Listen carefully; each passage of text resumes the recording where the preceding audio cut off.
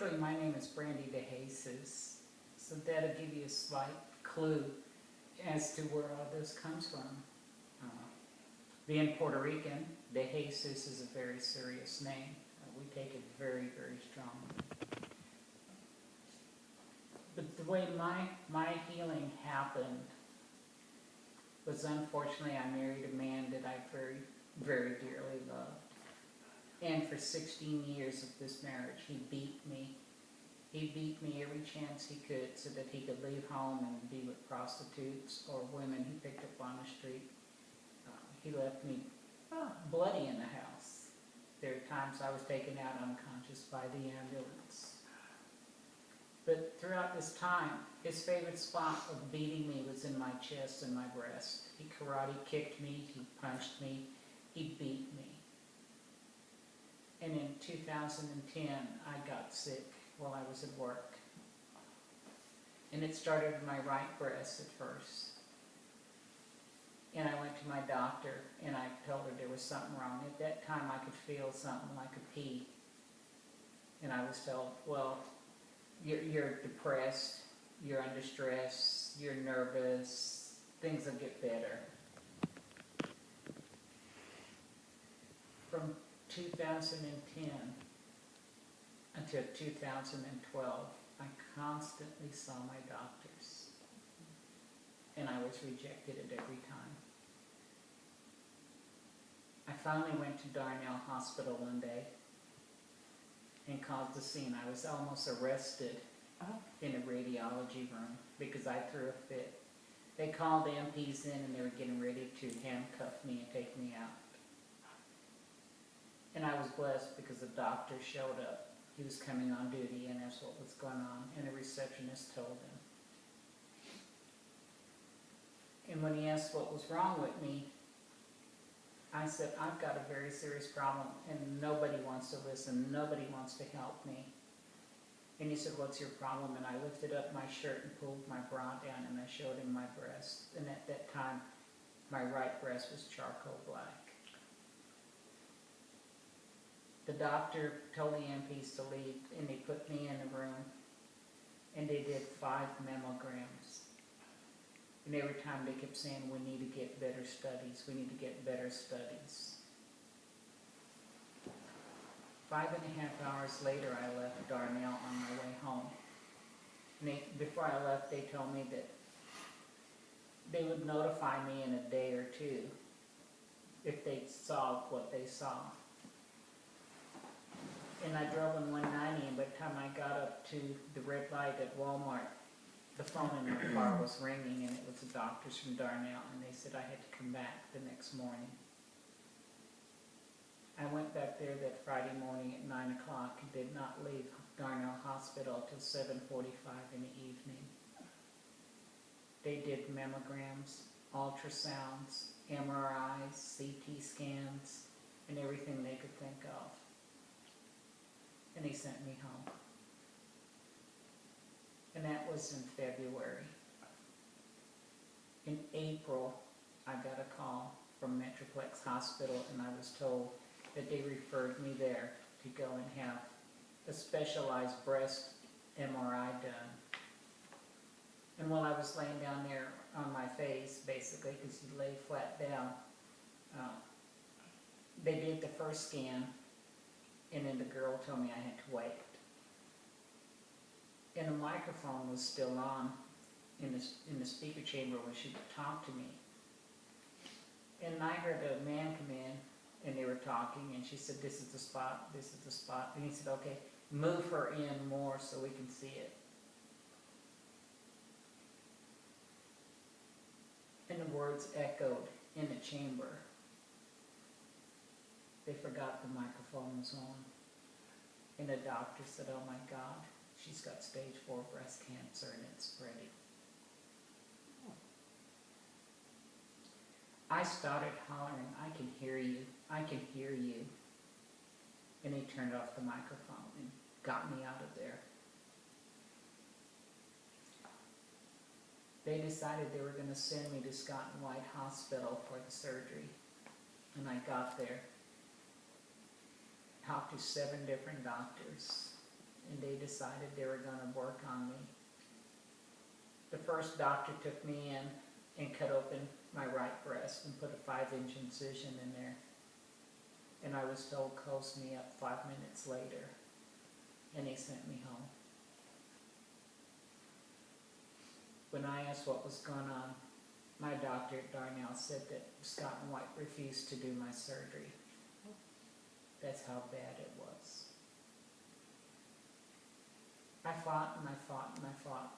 In the meantime, my husband had come from Mississippi where he was, and he beat me because his company told him he had to come back home. And he beat me even with my stitches in me. And this went on until October. Then the Army finally sent me down to Brooke Army Medical Center. The doctor there took one look at me and said, "You're going into surgery right now." I was admitted, and before I was put under, the doctor said it would take at least 2 hours. They were going to, it looked like it was just one side.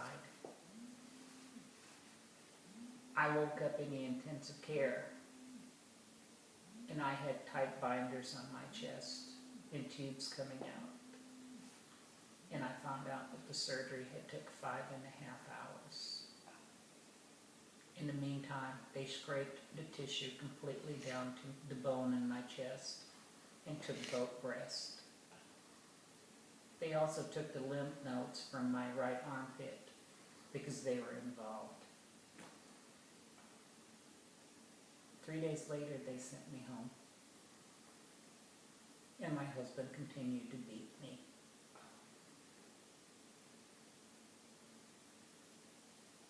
In February of 2011, or 2013 rather, excuse me, I was sent back down there so they could do reconstructive surgery on me and put tissue expanders to expand the skin. And during the surgery, they found out that I had an area that had migrated down into my abdomen. They did a biopsy, and while they were waiting for the result to come in, my right abdomen started getting inflamed, and it started to turn black. So they put me in the surgery again, and he said it was going to be 2 hours long. It ended up they had to freeze me in my entire abdomen. My body temperature was 58 degrees, so that they could get the tissue out. They repaired my intestines that were involved. They repaired the muscles, and they grafted me. I have screen gone from here to here. If you look at my scar, from hip to hip into my back, there's 10 inches left on the back of my back before the incision goes completely around, cutting me in half. And I was sent home. In the meantime, the wounds started breaking up. Areas started opening up, then they closed down, and they opened up, and they closed down. And then there's an area right over my belly button that suddenly broke open, and it was 4 inches long. And it was as deep as my abdomen. And I had blood pouring out of it constantly. I was packed with gauze and packed with tubes to try to vacuum some of the drainage out. I was changing my dressings 4 and 5 and 6 times a day. I was confined to a recliner because I couldn't sleep in the bed. That's how bad the pain was. They had me on Vicodin, morphine, and Dilaudid. Plus they also gave me Librium to try to knock me out. But I couldn't take those because every time I take them, I got over-medicated and I got beaten. I was told I was worthless, I was a piece of shit. I wasn't worth life. I took up space. Why didn't I die? And in the meantime, I'd go down to see my doctors. And my doctors started giving up hope. they started saying, we can't understand. It's 6 months now and your wounds are still open and it's draining. I'd go to church and serve communion, and after I got through giving my last communion and put the cerebrium on there, I had to go to the back, take my crucifix off, go to the parking lot and try to get out before an ambulance arrived to take me to the hospital because I was hemorrhaging in church. Father Chris helped me a lot. Father Chris saved my life.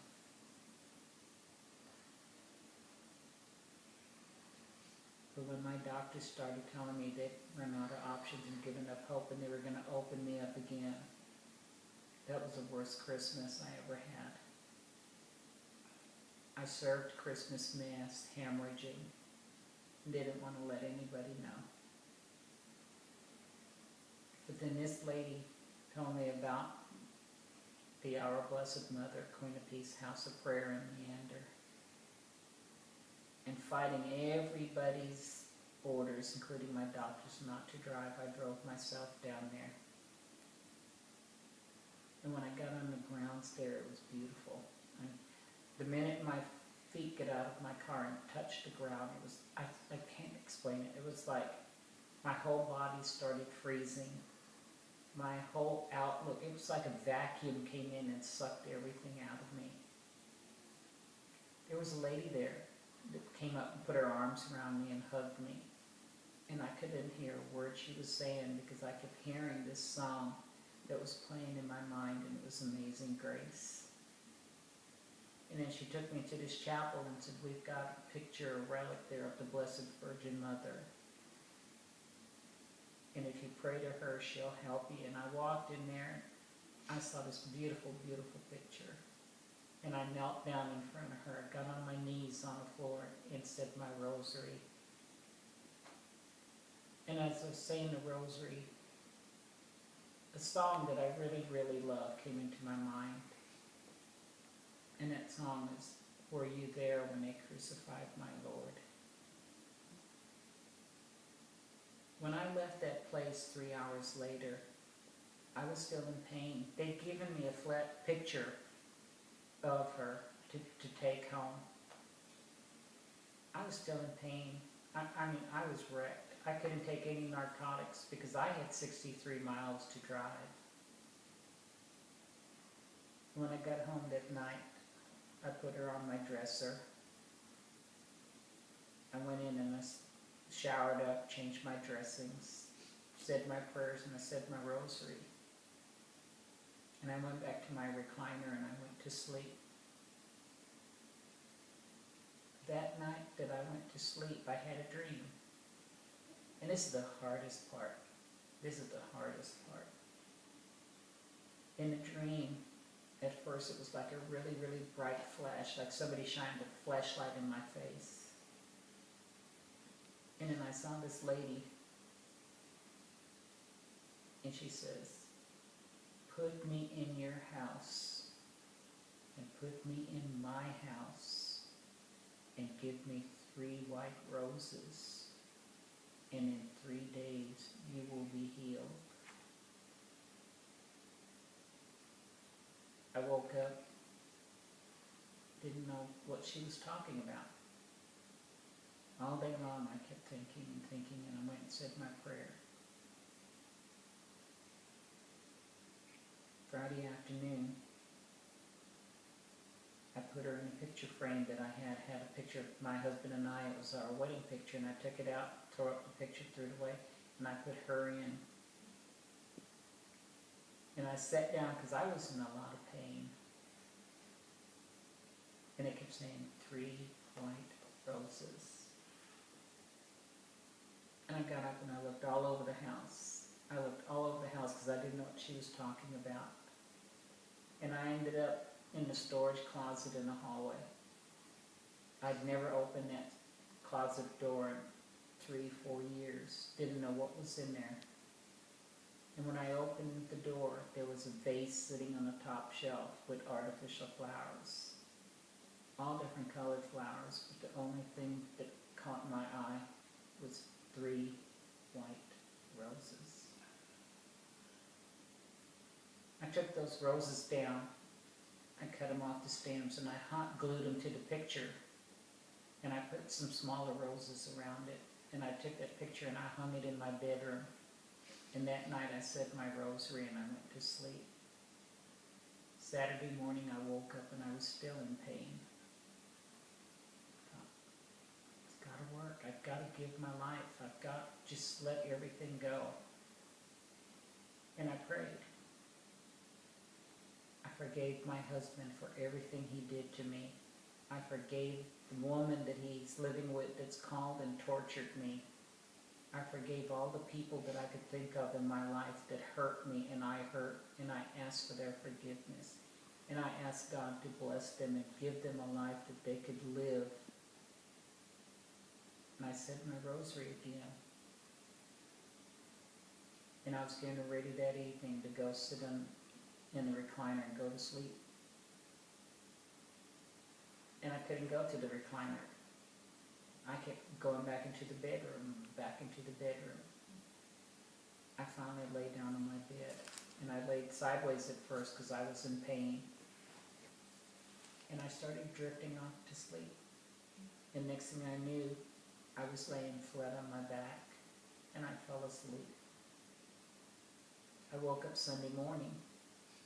I said, wow, it's the first time I've slept that good. Up until then, I was probably sleeping about an hour and a half a night for 5 months. And I went in to get ready because I had to serve Mass that Sunday morning. So I laid all my dressings out, laid my binder, got my clothes, laid it all out on the bed, got in the shower and reached. I still have to wear the binder because the doctors told me the screen that I have in there still has to heal. And I took the binder off, and all my dressings fell into the shower, and they were all clean. It was like when I pulled them out of the package and I put them on that night. I couldn't believe it. I got out of the shower and I walked to the full-length mirror in my bathroom and I looked in the mirror and everything was healed. The incision along here, the 5 areas that was open was healed. The area in my belly button had completely closed off and healed.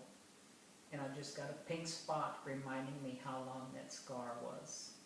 But it's a scar there, or a little indentation in the discoloration that shows me I did have a wound there. I showered, cleaned up, got in the car and drove to church as fast as I could. Father Chris was in his office trying to eat his breakfast, and I started screaming at him, something happened, something happened, something happened. And he said, what? And I said, you remember how I bled in church? You remember how I hemorrhaged, how I was rushed to the hospital? You remember you blessed me so much because of this? He said, what are you talking about? I said, I have a Band-Aid. That's all I got this morning. I have a Band-Aid. It's closed. It's closed. I put a Band-Aid there just for protection. It's closed. And he said, you did get a healing. Monday I called my doctors and I tried to explain to them, and they told me I couldn't see them for 2 weeks because it was the holidays. But I got down there on January 12th. Got there at 5:30 in the morning for a 9 o'clock appointment. And I waited and I waited. In a minute my doctor came in, they took me in, and I started screaming, it's closed, something's happened, it's closed, I'm healed, it's done. And he kept telling me, you need to calm down. Are you having a nervous breakdown? Are you, something's wrong. It done healed. We have you scheduled for surgery. You're scheduled for surgery on the 20th. We're going to go in and have to cut you open. It's scheduled. It's done. And I said, no, it's not. No, it's not. So they stripped me down and put me on the bed. And when the doctor lifted up the gown, he walked outside and came back in with another doctor, and they looked at me. And my doctor said, well, it's a cuss word. But he said, what the hell did you do? I don't believe this. I don't believe this. He said, Brandy, everything on you is closed. Everything is closed.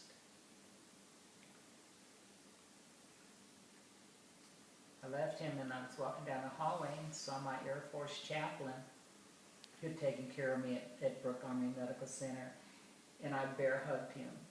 And he asked me what was going on because I looked different. And I said, I'm healed, I got a healing. And he said, what? And I pulled up my shirt and pulled down my pants a little bit and said, look, it's closed, it's healed. I don't have the binder on. And he said, you are healed. God has really blessed you.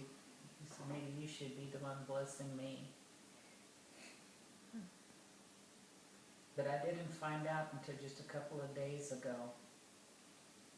that during my surgery, I suffered 4 heart attacks where my heart stopped beating 4 different times on the operating table. And I survived. My heart is in perfect condition. But the best news I got 3 weeks after that was the lab work and the biopsy they did. My body is 100% free of cancer. It's like I never had it at all. How old are you? The only things I have to show what I've gone through are my scars.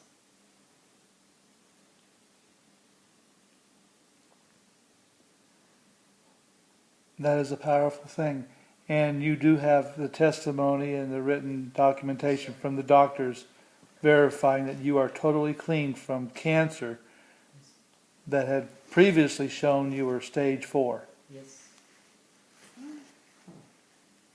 So nobody can explain how I went from stage 4 and died on the operating table to 8 months later come back fully healed and fully clean and reborn. And That's what happened when I trusted my mother and I gave her my life. Amen. amen.